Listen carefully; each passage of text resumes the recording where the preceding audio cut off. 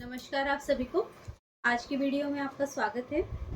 आज जो है हम यूरिनरी और रीनल सिस्टम कर रहे हैं और आज ये रीनल सिस्टम का लास्ट डे होगा। जो नए लोग जुड़ रहे हैं उनको बोलूँगी कि जो मैंने शेड्यूल डाला है उसको देखते हुए मेरे साथ आगे बढ़िए, और जो लोग ऑलरेडी जुड़े हुए हैं वो कंसिस्टेंट रहिएगा। कंसिस्टेंसी का फल ज़रूर मिलेगा। आप मेरे चैनल पे मेरे पीछे बच्चों की टेस्टिमनीज़ भी देख सकते हैं। वहाँ तो मैं कुछ ही दिन क्लासेस ले पाई थी, लेकिन अब तो हम स्टार्टिंग से कर रहे हैं तो रिज़ल्ट भी डेफ़िनेटली अच्छा होगा अगर आप जो बता रही हूँ उस तरीके से मेहनत कर रहे हैं।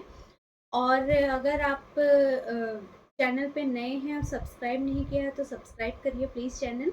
और जो लोग देख रहे हैं वो लाइक कमेंट करके ज़रूर बताइएगा। मैंने कल भी बोला था आपका आधा सेकंड लगता है बस, लेकिन मुझे बहुत मोटिवेशन मिलता है ऐसा करने से, वरना तो मेरे लिए कोई दूसरा मोटिवेशन का सोर्स है नहीं। मैं सिर्फ ये चाहती हूँ कि मैं जिन बच्चों को पढ़ा रही हूँ उनका सिलेक्शन हो जाए, वही मेरे लिए गुरु दक्षिणा है, वही मेरे लिए सब कुछ है। तो आप उसमें मेरी उस जर्नी में मेरी हेल्प कीजिए, ज़्यादा से ज़्यादा लाइक कमेंट करके शेयर करके, और मैं आपकी हेल्प करूँगी आपको पढ़ा के और आपका अच्छा रिजल्ट ला। तो चलिए शुरुआत करते हैं। First question is, what should the nurse do to obtain an accurate urine output for a client with a continuous bladder irrigation? Continuous bladder irrigation का मतलब होता है कि हम जो है नॉर्मल सलाइन की ना बड़ी बड़ी बॉटल्स आती है उनको हम लगातार लगा देते हैं ब्लैडर के अंदर, और एक आउटपुट होता है जो कि बाहर ड्रेन करता रहता है। तो पेशेंट को हम लगातार जब कभी ब्लैडर इन्फेक्शन होता है या ट्रांसयूरेथ्रल या ब्लैडर सर्जरीज वगैरह होती है तो कंटिन्यूस जो है उसको इरिगेशन के लिए ऐसा करते हैं। तो जब कंटिन्यूस ब्लैडर इरिगेशन पे पेशेंट है तो एक्यूरेट यूरिन आउटपुट के लिए हमें क्या करना है, ठीक है। Option A, measure the content of bedside drainage bags. B, stop the irrigation and determine the urinary output. C, subtract the volume of irrigant from the total drainage. And D, ensure the urine and irrigant drain into the separate bag. ऐसा नहीं हो सकता कि urine और इरिगेंट अलग bag में जाएं, क्योंकि वो पूरा तो ब्लैडर से ही होके गुजर रहा है, तो ये ऑप्शन नहीं होगा। Subtract the volume of irrigant from the total drainage, ये रहेगा, क्योंकि जितना इरिगेंट हम डाल रहे हैं और जितना हमें मिल रहा है उसमें से जब हम घटाएंगे तो हमें पता चलेगा कि एक्चुअल यूरिन कितना था और इरिगेंट कितना गया है। तो ये ऑप्शन रहेगा करेक्टली मेजर करने का। बाकी ऑप्शन देख लेते हैं। Stop the irrigation and determine the urinary output. Irrigation stop करके यूरिनरी आउटपुट डिटरमाइन करने का कोई मतलब नहीं बनता है, क्योंकि ऑलरेडी जो बैग में है इरिगेंट जा चुका है, प्लस कुछ इरिगेंट जो है वो ब्लैडर में भी प्रेजेंट होगा, तो ये नहीं करेंगे। Then measure the content of bedside drainage bag. ये जो ड्रेनेज बैग है इसमें तो दोनों ही सॉल्यूशन प्रेजेंट है, यूरिन भी और इरिगेंट भी, तो ये भी नहीं होगा। तो यहाँ C correct option. A nurse is assessing a client with a diagnosis of kidney failure for clinical indicator of metabolic acidosis. What should the nurse conclude is the reason why metabolic acidosis develop with kidney failure? कि क्यों kidney failure के साथ metabolic acidosis होता है। Metabolic acidosis पहली बात तो होता क्या है, देखिए इस तरीके से याद रखेंगे। रोम का फॉर्मूला होता है कि ये एसिड बेस बैलेंस के लिए है कि रेस्पिरेटरी में अपोजिट होता है और मेटाबॉलिक वाले केस में इक्वल होता है। क्या होता है वो देखिए, रेस्पिरेटरी जो एल्कलोसिस एसिडोसिस है वो कार्बन डाइऑक्साइड से कंसर्न होता है। अगर कार्बन डाइऑक्साइड ज़्यादा होता है तो पीएच कम होता है, इसको हम क्या बोलते हैं, रेस्पिरेटरी एसिडोसिस, ठीक है। और अगर कार्बन डाइऑक्साइड कम है तो पीएच क्या है, ज़्यादा। पीएच और कार्बन डाइऑक्साइड एक दूसरे से अपोजिट चलते हैं। मेटाबॉलिक में ये इक्वल चलते हैं कि अगर बाइकार्बोनेट कम है तो पीएच भी क्या है, कम है, और अगर बाइकार्बोनेट ज़्यादा है तो पीएच भी क्या है, ज़्यादा है। जो बाइकार्बोनेट कम है, पीएच कम है, इसको हम क्या बोलते हैं, मेटाबॉलिक एसिडोसिस। और जो बाइकार्बोनेट ज़्यादा है तो उसको हम क्या बोलते हैं, मेटाबॉलिक एल्कलोसिस। तो यहाँ मेटाबॉलिक एसिडोसिस है कि बाइकार्बोनेट भी कम है और हमारी पीएच भी कम है। तो क्या रीजन होगा। Option A, inability of the renal tubule to secrete hydrogen ion and conserve bicarbonate. B, depressed respiratory rate by metabolic waste causing carbon dioxide retention. C, inability of the renal tubule to reabsorb water to dilute the acid. And D, impaired glomerular filtration causing retention of sodium and metabolic waste product. अब यहाँ पे reason रहता है ये वाला कि renal tubules हैं वो इंजर होने के कारण क्या नहीं कर पा रहे हैं, हाइड्रोजन आयन नहीं सीक्रेट कर पा रहे हैं, और जो बायोकार्बोनेट आयन है उनको कंजर्व नहीं कर पा रहे हैं, जिसकी वजह से दोनों का लेवल कम होने की वजह से मेटाबॉलिक एसिडोसिस बॉडी में हो गया है। रेस्पिरेटरी रेट डिप्रेस नहीं होती है, इंक्रीज हो जाती है कार्बन डाइऑक्साइड रिटेंशन में, तो ये नहीं होगा। Inability of the renal tubule to reabsorb water to dilute the acid, water से जो है एसिड डाइल्यूट नहीं होता है, मतलब पीएच वाली चीज नहीं कंट्रोल में आती है। Then impaired glomerular filtration causing retention of sodium and metabolic waste product, यहाँ ग्लोमेरुलर फिल्ट्रेशन होने से रिटेंशन ऑफ सोडियम और वेस्ट प्रोडक्ट तो बढ़ जाता है, लेकिन उन दोनों का पीएच में कोई रोल नहीं है, तो यहाँ पे A right answer. Next, a client with acute kidney failure become confused and irritable. What does the nurse determine is the most likely cause of this behavior?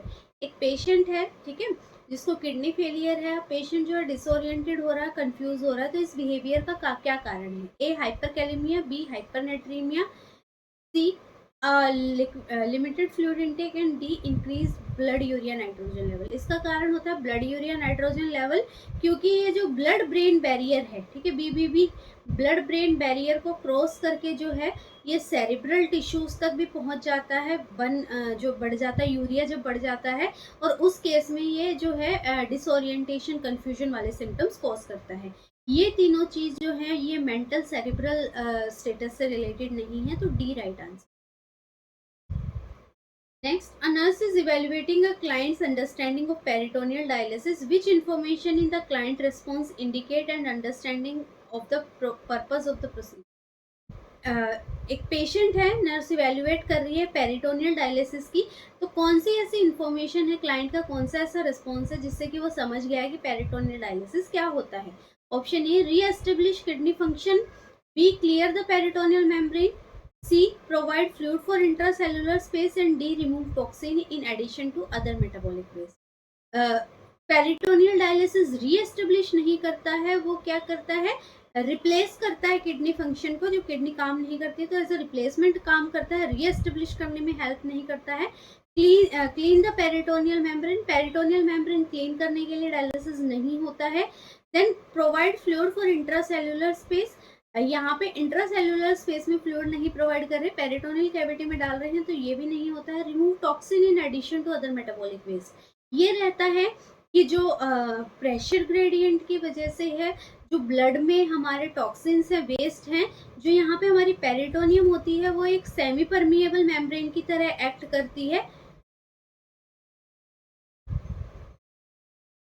तो यहाँ जो ब्लड के टॉक्सिन्स वगैरह हैं इससे जो है बाहर चले जाते हैं, और वो जो डायलिसेट बाहर निकल रहा है उसके थ्रू ड्रेन होते रहते हैं, तो इस तरीके से रिमूव कर रहा है toxin in addition to other metabolic waste. D. Next, a nurse is caring for a client with diagnosis of chronic kidney failure who has just told by the healthcare provider that hemodialysis is necessary. Which clinical manifestation indicates the need for hemodialysis? एक patient है जिसको chronic kidney failure हुआ है, उसका health care provider बोल रहा है कि इसको हीमोडायलिसिस की जरूरत है, तो कौन सी ऐसी क्लिनिकल मैनिफेस्टेशन है जो इंडिकेट कर रही है हीमोडायलिसिस की need? Option A ascites, B acidosis, C hypertension and D hyperkalemia. अगर असाइटिस तो जनरली जो है इस केस में असाइटिस नहीं होता है, अडीमा प्रेजेंट होता है, असाइटिस जो है लीवर वगैरह वाली कंडीशन में प्रेजेंट होता है। एसिडोसिस जो है, एसिडोसिस होना ये इंडिकेट नहीं करता कि उसे जो है डायलिसिस की जरूरत है। Then hypertension is not a indication for dialysis. Hyperkalemia होता है जो कि क्रॉनिक किडनी फेलियर में प्रेजेंट होता है कि पोटेशियम का बहुत ज़्यादा बढ़ जाना, वो एक इंडिकेटर की तरह एक्ट करता है कि अब डायलिसिस की ज़रूरत है उस टॉक्सिन को रिमूव करने के लिए, तो D is the right answer. Next, when receiving hemodialysis, the complication of removal of too much sodium may occur, for which clinical finding associated with hyponatremia should the nurse assess the client? Select all that apply. Hyponatraemia की बात है, hyponatraemia का क्या मतलब है कि sodium का level decrease हो जाना, तो यहाँ पे ऐसे कौन सी चीज है कि जो सोडियम के लेवल डिक्रीज होने से हो रही है? Select all that apply. Chvostek sign, Chvostek sign तो किस में होता है? हाइपोकैल्सीमिया में होता है, जिसमें कि जब अब हम यहाँ पे टैप करते हैं तो जो मसल्स में क्या हो जाता है, स्पाज्म जैसे प्रेजेंट हो जाता है, तो वो चाउस्टिक साइन उसमें टेटनी के केस में हाइपोकैल्सीमिया में देखने को मिलता है। Muscle cramps, extreme fatigue, cardiac डिसरिथमिया, increase temperature. Muscle cramps यहाँ पे प्रेजेंट होता है क्योंकि सोडियम जो एक्स्ट्रा सेलुलर फ्लूइड है उसमें मेजर अमाउंट में कैटाइन प्रेजेंट होता है और उसकी कमी होने से जो मसल्स की कॉन्ट्रैक्शन रिलैक्सेशन वाली पार्ट है, जो सोडियम पोटेशियम एटीपीएस पंप है वो एक्टिवेट नहीं हो पाता, जिसकी वजह से मसल क्रैम्प वगैरह प्रेजेंट होते हैं सोडियम की कमी होने से। और फटीग भी जो है वो प्रेजेंट होता है क्योंकि मसल जो है वो अपनी फुल एनर्जी के साथ काम नहीं कर पाती। कार्डियक डिसरिथमियाज हाइपरकैलेमिया में प्रेजेंट होते हैं और इंक्रीज टेम्परेचर इन्फेक्शन वाली कंडीशन में।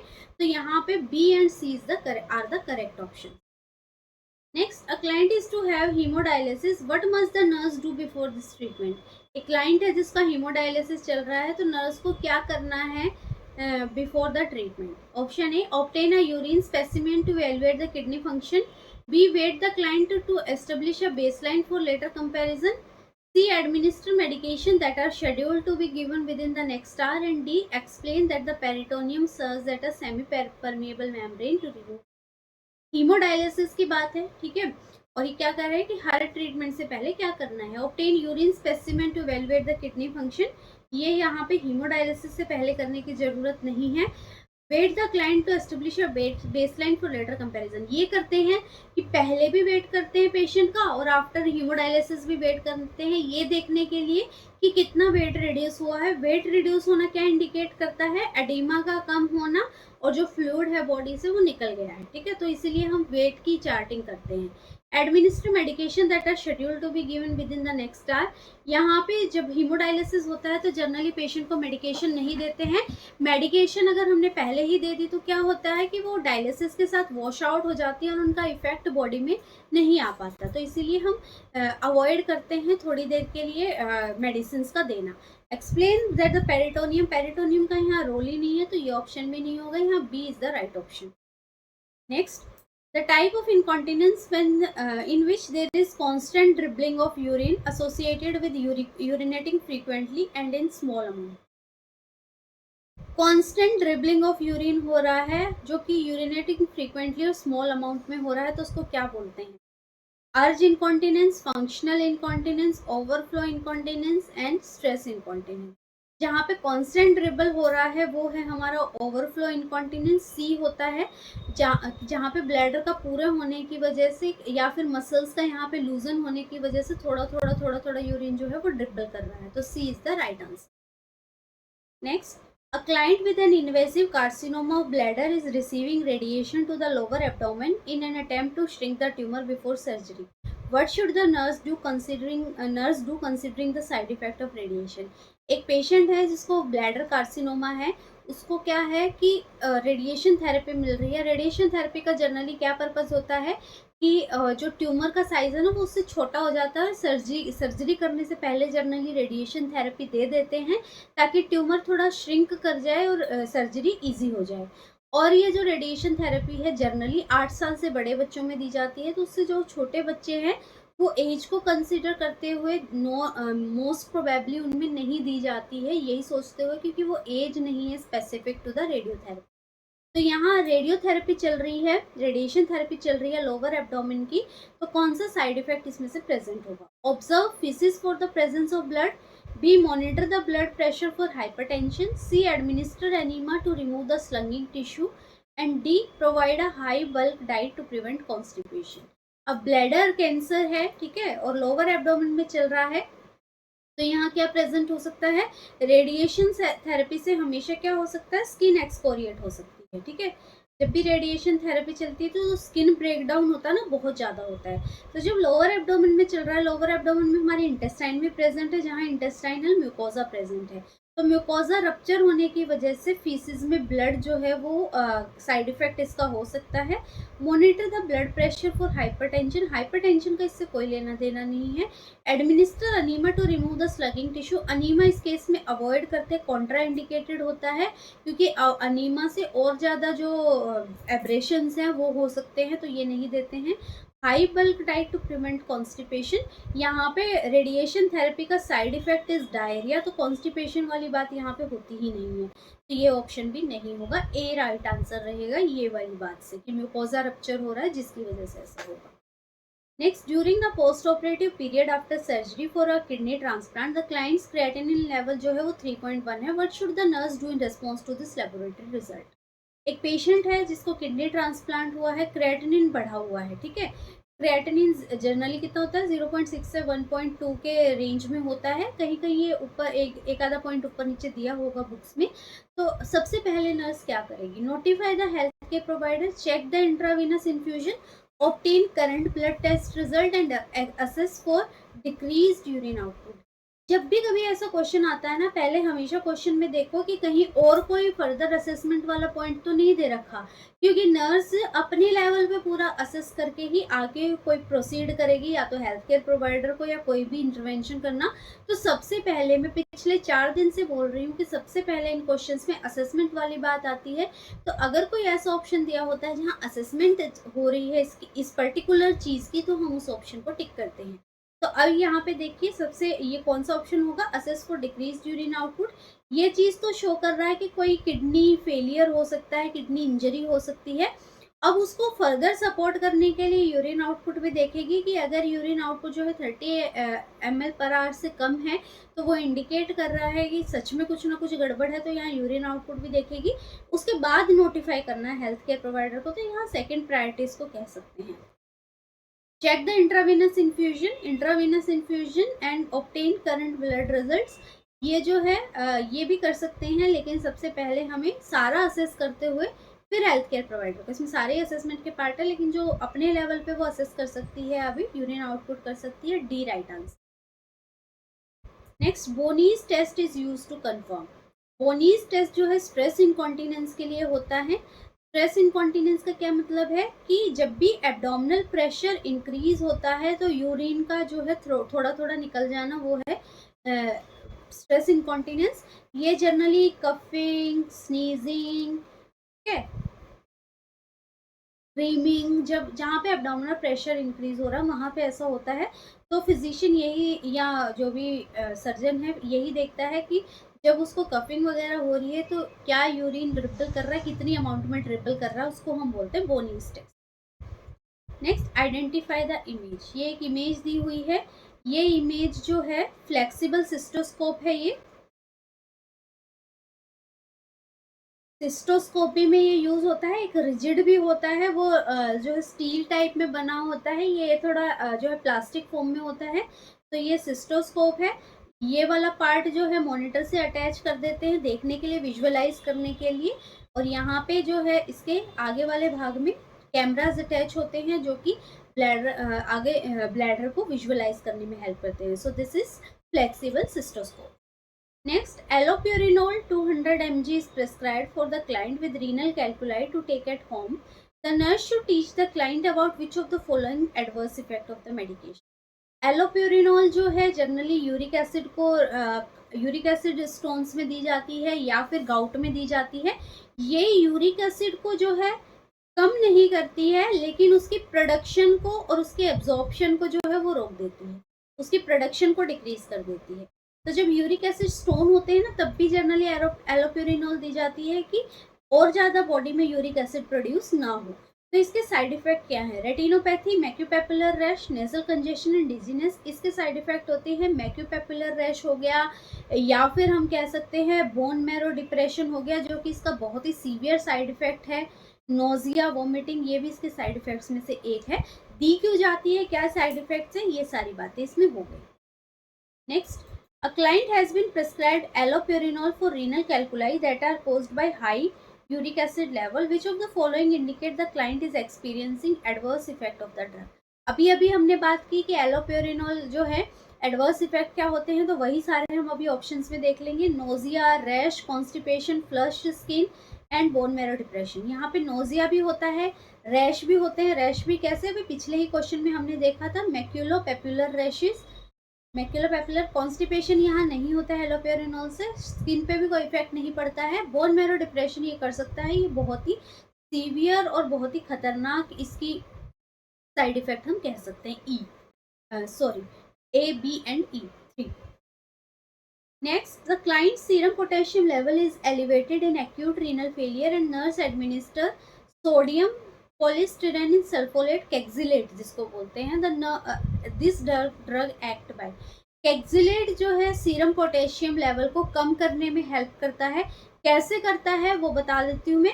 जब हम कैक्सिलेट देते हैं ना, कैक्सिलेट हम कई बार अनीमा के फॉर्म में भी देते हैं, अनीमा ही जनरली दिया जाता है। तो वो क्या होता है कि जो इंटेस्टाइन में जो कैल्शियम होता है, कैक्सिलेट में सोडियम होता है, ठीक है।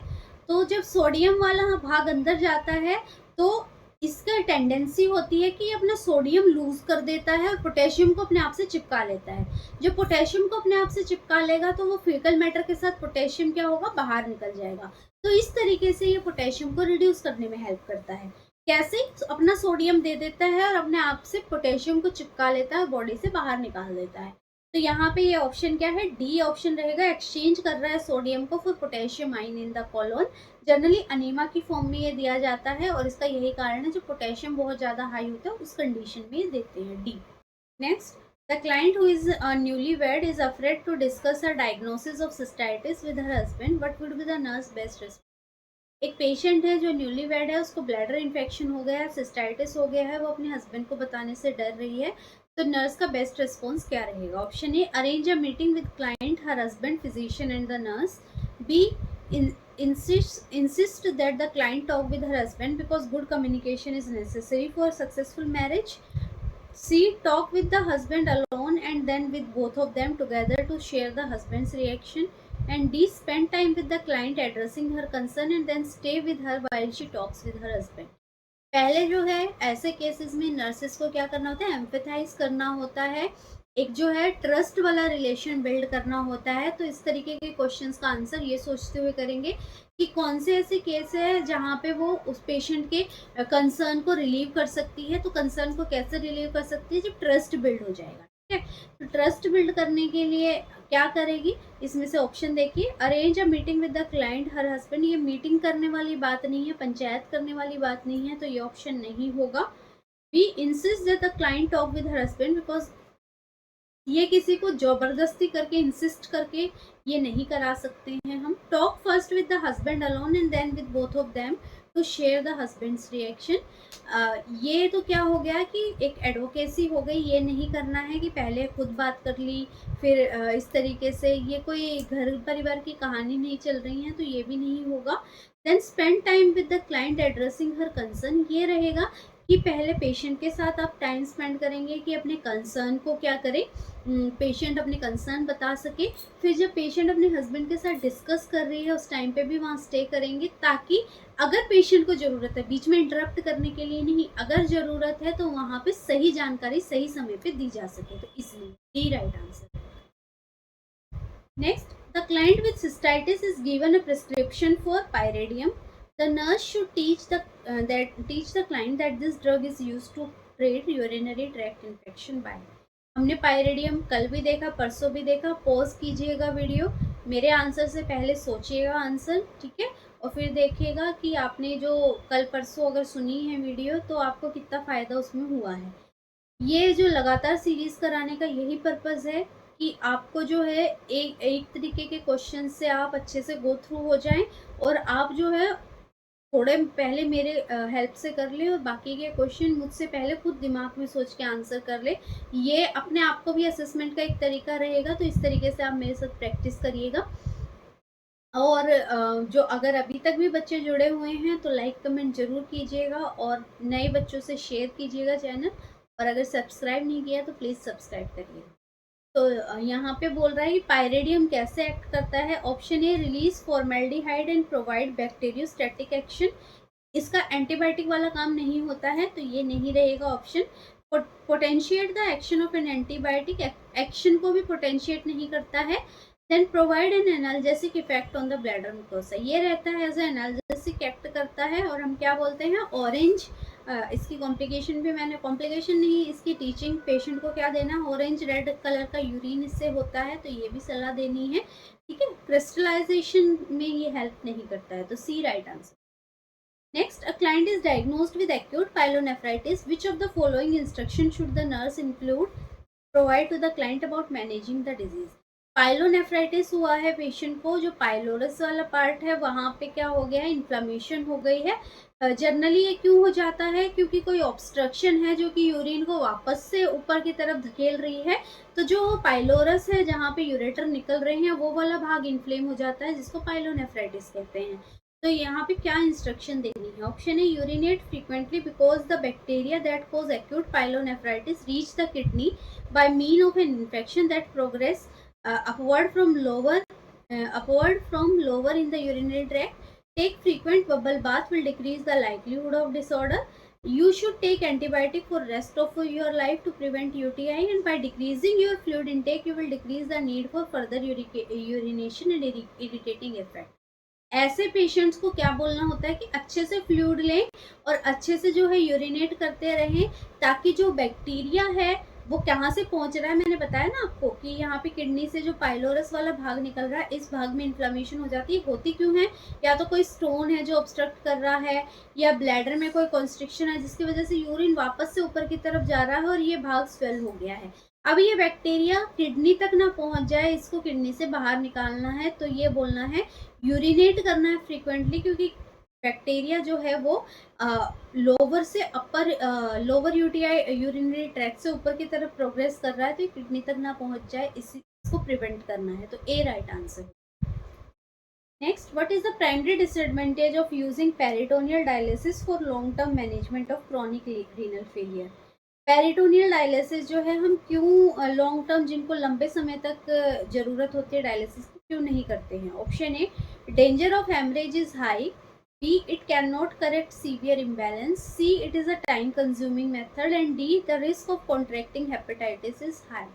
यहाँ पे जो है हेमरेज का रिस्क हीमोडायलिसिस में ज़्यादा होता है, क्योंकि वहाँ एवी फिस्टुला वगैरह पंचर करते हैं। पेरिटोनियम में इतना नहीं होता है। सीवियर इम्बैलेंसेस को करेक्ट कर सकता है, क्योंकि इसमें भी सेम प्रिंसिपल यूज हो रहा है जो हीमोडायलिसिस में हो रहा है। टाइम कंज्यूमिंग है, ये सबसे बड़ा कारण होता है, क्योंकि इसमें कई घंटे लग जाते हैं और पेशेंट का कई पूरा दिन लग जाता है, तो इसीलिए इसको हम नहीं प्रिस्क्राइब करते हैं। और रिस्क ऑफ कॉन्ट्रैक्टिंग हेपेटाइटिस, इसमें हेपेटाइटिस का रिस्क एज सच नहीं है, तो सी राइट आंसर होगा। Next, aluminium hydroxide gel is prescribed for the client with chronic renal failure to take at home. What is the expected outcome of giving this drug? जो aluminium hydroxide gel है वो patient को दिया है कि घर ले जाए, रीनल फेलियर वाला है, तो इसका क्या एक्सपेक्टेड आउटकम है? Option A, relieving the pain of gastric hyperacidity, B, preventing Curling stress ulcer, C, binding phosphate in the intestine, and D, reverse metabolic acidosis. जो इसका क्या कारण होता है कि जो फॉस्फेट होता है, जब कौन से दो अपोजिट चलते हैं, कैल्शियम एंड फॉस्फेट जो है वो अपोजिट चलते हैं एक दूसरे के। मतलब जब फॉस्फेट बढ़ता है तो कैल्शियम घट जाता है, कैल्शियम बढ़ता है तो फॉस्फेट, वो एक दूसरे को बैलेंस करने के लिए, ठीक है। सॉरी, कैल्शियम और फॉस्फोरस। तो यहाँ पे फॉस्फोरस जो है वो इंक्रीज हो गया है, फॉस्फेट इंक्रीज हो गया है। तो यहाँ पे जो अमोनियम हाइड्रोक्साइड जेल होता है वो क्या करता है, एल्यूमिनियम हाइड्रोक्साइड जेल वो फॉस्फोरस से चिपक जाता है, बाइंड हो जाता है। और जब फॉस्फोरस से बाइंड होता है तो वो जो कैल्शियम अगर बहुत ज़्यादा कम हो जाएगा तो वो क्या करेगा, हाइपोकैल्सीमिया भी सीवियरली रीनल ऑस्टियोडिस्ट्रोफी कर सकता है, तो वो कुछ भी कॉज कर सकता है, ऑस्टियोपोरोसिस कॉज कर सकता है। तो वो एक बैलेंस बनाने के लिए हम एल्यूमिनियम हाइड्रोक्साइड जेल दे रहे हैं, ताकि वो फॉस्फेट के साथ बाइंड कर जाए, और जो फॉस्फेट की वजह से कैल्शियम का लेवल भी कम हो गया था वो भी लेवल स्टेबल हो जाए। तो यहाँ पे सी राइट आंसर रहेगा कि इसको बाइंड कराना है फॉस्फेट के साथ इन द इंटेस्टाइन, और फॉस्फेट के साथ साथ जब फॉस्फोरस बढ़ेगा तो कैल्शियम घटेगा, तो इसीलिए कैल्शियम कम होगा इन पेशेंट्स में। और जैसे जैसे हम फॉस्फोरस को बाइंड करा के बॉडी से निकल जाएगा, मेटाबोलाइज हो जाएगा, वैसे वैसे कैल्शियम का लेवल भी अपने आप ही नॉर्मल की तरफ बढ़ेगा। तो ये इसका पर्पज रहता है C. Next, the client with chronic renal failure tell the nurse he takes magnesium hydroxide at the home for constipation. The nurse suggests that the client switch to xylem hydrophilic mucoid metamucil because एक patient है जो कि acidity वगैरह के लिए magnesium hydroxide ले लेता है और कॉन्स्टिपेशन के लिए नर्स कह रही है कि ये मत लो, मेटाम्यूसिल लो, साइलम हाइड्रोफिलिक मिकोलॉइड जो कि उसका केमिकल नेम है। क्यों? Option A, milk of magnesia cause magnesium intoxication. B, milk of magnesia is too harsh on the bowel. C, Metamucil is more palatable. D, milk of magnesia is high in sodium. Milk of magnesia नाम से ही पता चल रहा है कि इसमें क्या ज़्यादा होता है, मैग्नीशियम ज़्यादा होता है। और वैसे ही जो रीनल फेलियर वाले पेशेंट होते हैं उनमें क्या होता है, हाइपर मैग्नीशिया होता है, क्योंकि मैग्नीशियम बॉडी से जो है मैग्नीशियम पंप एक्टिवेट नहीं हो पाता, मैग्नीशियम का लेवल बढ़ जाता है, जिसकी वजह से हाइपर मैग्नीशिया इन पेशेंट्स में रहता है। और ऊपर से वो ऐसा कोई ड्रग ले लेंगे जिनमें मैग्नीशियम है तो क्या हो जाएगा, मैग्नीशियम टॉक्सिसिटी हो जाएगी। तो ऐसा कोई भी ड्रग पेशेंट को नहीं लेना है। ये ध्यान में रखिए कि क्या क्या बढ़ता है, पोटेशियम बढ़ जाता है, सोडियम बढ़ जाता है, मैग्नीशियम बढ़ जाता है बॉडी में। तो ये सारी चीज़ें यहाँ पे हाइपर क्रॉनिक रीनल फेलियर में प्रेजेंट होती हैं, तो उनको बोलते हैं कि मैग्नीशियम इंटॉक्सिकेशन कर देगा, क्योंकि किसी भी चीज़ की अति जो है वो खराब है। ज़्यादा मात्रा में लेने से भी क्या हो जाएगा, इंटॉक्सिकेटेड वाले सिम्टम्स होंगे। तो A right answer. Next, the primary goal of nursing care for a client with stress incontinence. Stress incontinence क्या होता है कि जब भी हम बताया मैंने, एब्डोमिनल प्रेशर बढ़ता है, कफिंग स्नीजिंग के टाइम पे थोड़ा थोड़ा यूरिन पास करता है पेशेंट, ठीक है। तो यहाँ पे प्राइमरी गोल क्या रहेगा, option A, help the client adjust to frequent episode of incontinence. Incontinence से कोई कैसे ही एडजस्ट हो सकता है, तो ये नहीं रहेगा। Eliminate all episodes of incontinence है, प्राइमरी गोल की बात हो रही है, एकदम से सारे एपिसोड तो नहीं ठीक हो सकते। Prevent development of UTI, UTI जो है इनकॉन्टिनेंस वाली कंडीशन में यूटीआई जैसी चीज़ें कम ही होती हैं, ठीक है, और ये होती हैं तो लेटर स्टेज में होती है, प्राइमरी गोल नहीं रहेगा। Decrease number of incontinence episode ये रहेगा। ये कैसे, पेशेंट को हम टीच करके कि आपको अगर कफिंग स्नीजिंग है तो आप जो है एब्डोमिनल बाइंड करके या फिर उसको सपोर्ट करके करिएगा, या यूरिनेट कर लीजिएगा, जो फ्रीक्वेंट इंटरवल्स है उस पर यूरिनेट कर लीजिएगा, ताकि जो प्रेशर, एब्डोमिनल प्रेशर बढ़ने की वजह से पेशेंट यूरिनेट ना करे। तो शुरू में हमें धीरे धीरे नंबर ऑफ एपिसोड्स कम करने हैं, उसके बाद जो फाइनल रहेगा वो रहेगा eliminate all episodes of continence. यहाँ पे प्राइमरी पूछा गया, प्राइमरी हम शुरुआत क्या करते हैं, थोड़े थोड़े से करते हैं, ज़्यादा की तरफ बढ़ते हैं, तो यहाँ D right answer. Next, the client has urge incontinence. When obtaining the health history, the nurse should ask if the client has. अर्ज इनकॉन्टिनेंस क्या होता है कि पेशेंट को एकदम से स्ट्रॉन्ग अर्ज होती है, वो रोक ही नहीं पाता यूरिन, और वो यूरिन जो है वो निकल जाता है। तो अर्ज इनकॉन्टिनेंस पहले पेशेंट को नहीं पता लगेगा और एकदम से बहुत स्ट्रॉन्ग अर्ज होगी और यूरिन पास कर देगा। तो यहाँ पे देखिए कौन सा ऑप्शन है, inability to empty the bladder, loss of urine when coughing, ये तो क्या है, स्ट्रेस है, stress incontinence. Involuntary urination with minimal warning and frequent dribbling, ये क्या है, ओवरफ्लो। यहाँ पे सी राइट आंसर रहेगा कि इनवॉलेंट्री यूरिनेशन हो रहा है मिनिमल वार्निंग के साथ। Next, the client is diagnosed with ARF, acute renal failure, which laboratory value are most significant for the diagnosis of ARF। Acute renal failure में हमेशा बर्न ऑन क्रिएटिनिन की बहुत ज़्यादा वैल्यू होती है, तो ये दोनों चीज़ें रहेंगी जो कि डायग्नोस करने में हेल्प करेंगी जब बर्न और क्रिएटिनिन हमारा डिसअरेंज्ड होगा। Next, the nurse is reviewing the patient record and notes that the patient has renal disorder. The nurse expect to note which of the following laboratory result. एक patient है, ठीक है, उसका रीनल डिसऑर्डर है, तो कौन सी चीज नर्स एक्सपेक्ट करेगी प्रेजेंट होगा। ऑप्शन है डिक्रीज सीरम पोटेशियम, डिक्रीज नहीं होता है, हाइपरकैलेमिया होता है। डिक्रीज सीरम फॉस्फेट, फॉस्फोरस भी जो है वो हाई लेवल में होता है, ये भी नहीं रहता है। एलिवेटेड सीरम क्रेटिनिन, यस ये प्रेजेंट होता है कि क्रेटिनिन और ब्लड यूरिन नाइट्रोजन दोनों एलिवेटेड होते हैं। इंक्रीज हीमोग्लोबिन, हीमोग्लोबिन इनमें डिक्रीज ही होता है, क्यों, क्योंकि क्या नहीं सिक्रेट होता, एरिथ्रोपोएटिन जो कि किडनी सिक्रेट करती है, और ये एरिथ्रोपोएटिन क्या करता है, बोन मैरो को सिग्नलिंग करता है, क्या प्रोड्यूस करने के लिए, आरबीसी। जब यही नहीं होगा तो ये कहाँ से आएगा, जब आरबीसी नहीं होगा तो हीमोग्लोबिन क्या होगा, अल्टीमेटली कम होगा इन पेशेंट्स। तो इनमें हम एप्टोइन या एप्टोसल्फा जो है अलग अलग नाम से आता है, ये इंजेक्शन हर डायलिसिस के साथ या हर अल्टरनेट डायलिसिस के साथ देते हैं ताकि पेशेंट का HB मेंटेन रहे। तो सी राइट आंसर होगा elevated creatinine. Next, the amount of protein intake to be maintain during renal failure. Renal failure के टाइम पे हमें कैसी डाइट लेनी होती है? Low protein. बिल्कुल भी प्रोटीन नहीं बंद कर सकते हैं, क्योंकि प्रोटीन हमारे टिश्यू बिल्डिंग के लिए रिस्पॉन्सिबल होता है, हमारी जो मस्कुलर स्ट्रेंथ है उसको एक्टिवेट करने के लिए, उसके लिए रिस्पॉन्सिबल होता है। तो बिल्कुल भी बंद नहीं कर सकते हैं हम।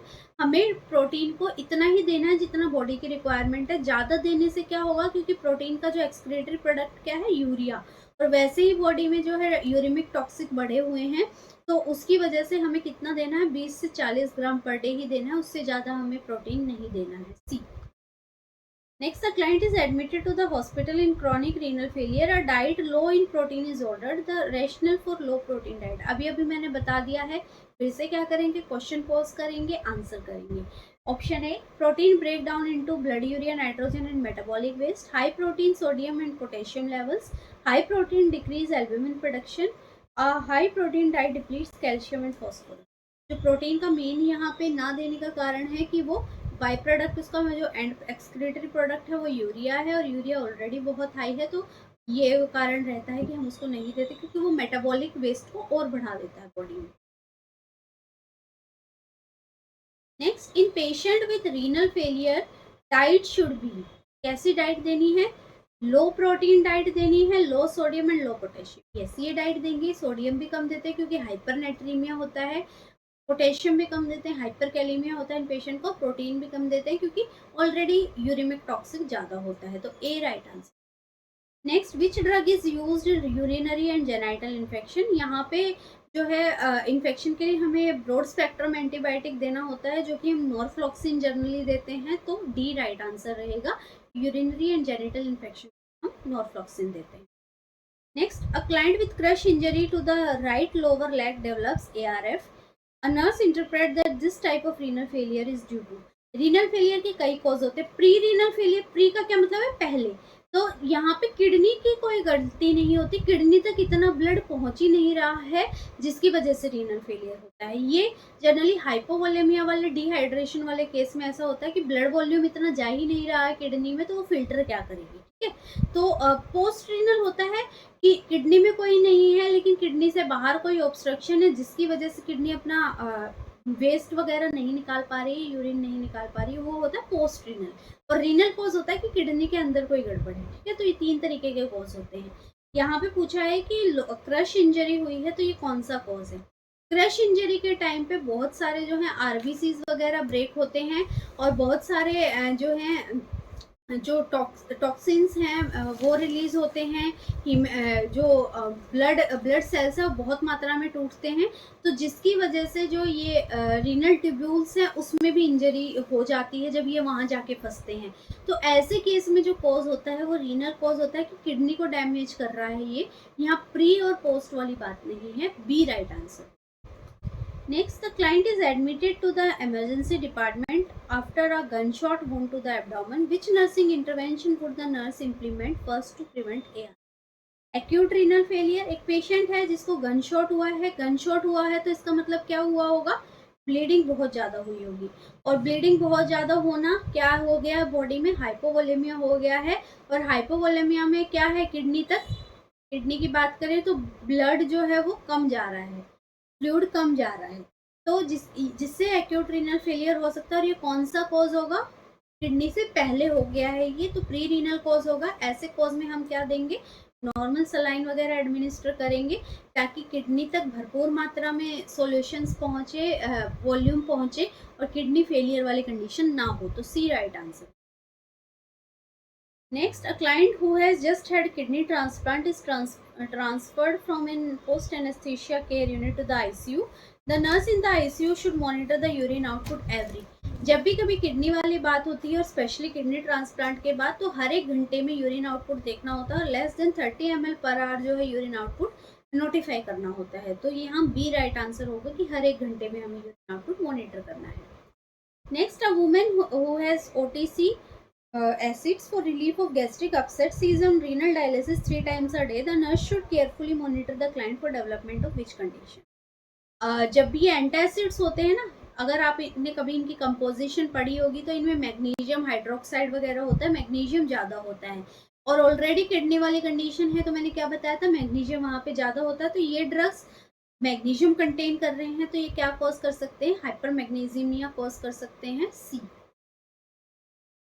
Next, which drug used in hemodialysis to prevent blood clot. जब हम डायलिसिस देते हैं तो क्लॉट के चांसेस होते हैं, इसलिए हम डायलिसिस में है ना एंटीकोएगुलेंट डाल देते हैं, जो कि कौन सा होता है, हेपेरिन होता है। C right. Next, when receiving hemodialysis the complication of removal of too much sodium may occur, so the nurse should assess the client for।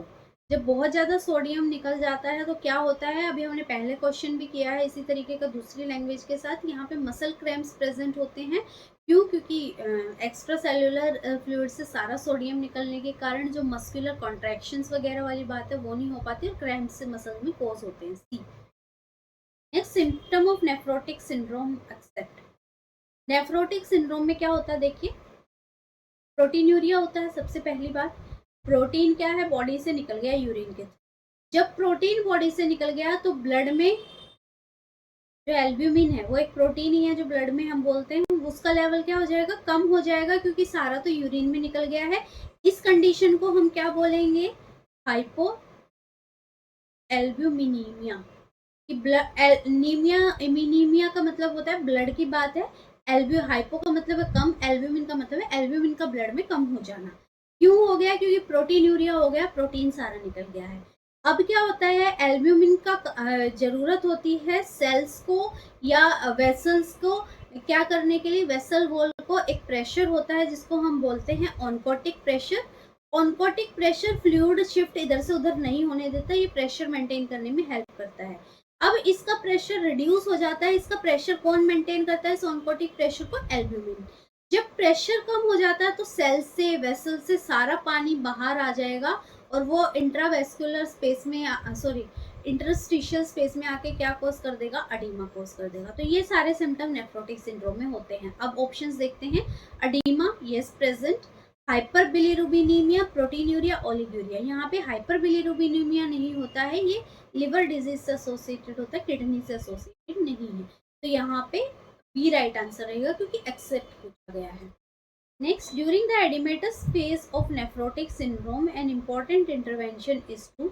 जब एडिमेटस फेज होता है, एडिमा होता है, तो इंटरवेंशन क्या रहती है, provide meticulous skin care, encourage fluid intake, encourage moderate activity, weigh the child every alternate. जब अडीमा है तो वेट करने का कोई मतलब नहीं बनता, ठीक है। और वेट अगर कर रहे हैं तो हम डेली वेट चार्टिंग रहती है, ये देखने के लिए अडीमा बढ़ा है या घटा है, अल्टरनेट डे पे नहीं रहता है। Encourage moderate activity, activity restriction नहीं होती है। फ्लूइड इनटेक देना नहीं है, रेस्ट्रिक्ट करना है। मेटिकुलस स्किन केयर देना है। आपने देखा होगा कि जब सूजन आ जाती है तो स्किन क्या होने लग जाती है, फटने लग जाती है, ब्लैंच करने लग जाती है, जब स्किन पे थोड़ा सा भी प्रेशर होने से वहां से रप्चर करने लग जाती है। तो यहाँ मेटिकुलस स्किन केयर की बहुत जरूरत है। A. Next, when planning nursing care for a 5-year-old with acute post streptococcal glomerulonephritis, what should the nurse emphasize that the child and the family maintain? एक पेशेंट है 5 साल का जिसको स्ट्रेप्टोकोकल ग्लोमेरुलोनेफ्राइटिस हुआ है, मतलब गले में इन्फेक्शन था और उसको अभी किडनी में इन्फेक्शन हो गया है। तो क्या उसको बोलना है फैमिली को, ऐसे बच्चों को इन्फेक्शन से प्रिवेंट करने के लिए बोलते हैं, दूसरे बच्चे जिनको इन्फेक्शन से उनको उनसे दूर रखने के लिए बोलते हैं। तो यहाँ पे isolation from children with infection रहेगा to maintain. Next, the patient is posted for IV pyelogram. Which of the following is a correct intervention? जब पाइलोग्राम हम करते हैं, यहाँ पे पाइलोग्राम के लिए, पाइलोरस की स्टडी के लिए हम डाई डालते हैं, और डाई कभी भी डालते हैं, कभी भी डाई डालते हैं, कहीं पे भी सीटी हो गया, एमआरआई हो गया, तो वहाँ पेशेंट को आयोडीन सेंसिटिविटी के लिए ऑब्जर्व करते हैं, क्योंकि इस डाई में आयोडीन होता है और पेशेंट को अगर एलर्जिक रिएक्शन है तो सीवियर एलर्जिक रिएक्शन हो सकती है। तो यहाँ सी राइट आंसर होगा, ये सोच के। ये इमेज आइडेंटिफाई करनी है, इनको बोलते हैं यूरेथ्रल डायलेटर्स। ये यूरेट्रोस्कोपी में जनरली जब यूरेट्रोस्कोपी करते हैं उस टाइम पे डायलेट करने के लिए इनका यूज करते हैं। So these are urethral dilator. Which is contraindication for administration of potassium chloride. Potassium chloride के लिए क्या, कौन सी कॉन्ट्राइंडिकेशन है, polyuria, oliguria, anuria, both B and C. यहाँ अनयूरिया और ओलिगूरिया जो है इसकी कॉम्प्लिकेशन है, क्योंकि पोटेशियम क्लोराइड हम कभी भी नहीं देते हैं अगर यूरिन जो है 2 ml पर kg पर आवर से कम हो रहा है, तो ऐसे केस में हम नहीं देते हैं पोटेशियम। अदरवाइज जो है पोटेशियम टॉक्सिसिटी कार्डियक डिसरिथमियास कॉज कर सकते हैं। तो डी राइट आंसर है। तो this was all about today. I hope आपको अच्छा लगा हो। प्लीज़ ज़्यादा से ज़्यादा मात्रा में लाइक कमेंट कीजिएगा, शेयर कीजिएगा, चैनल को सब्सक्राइब कीजिएगा अगर आपने नहीं किया।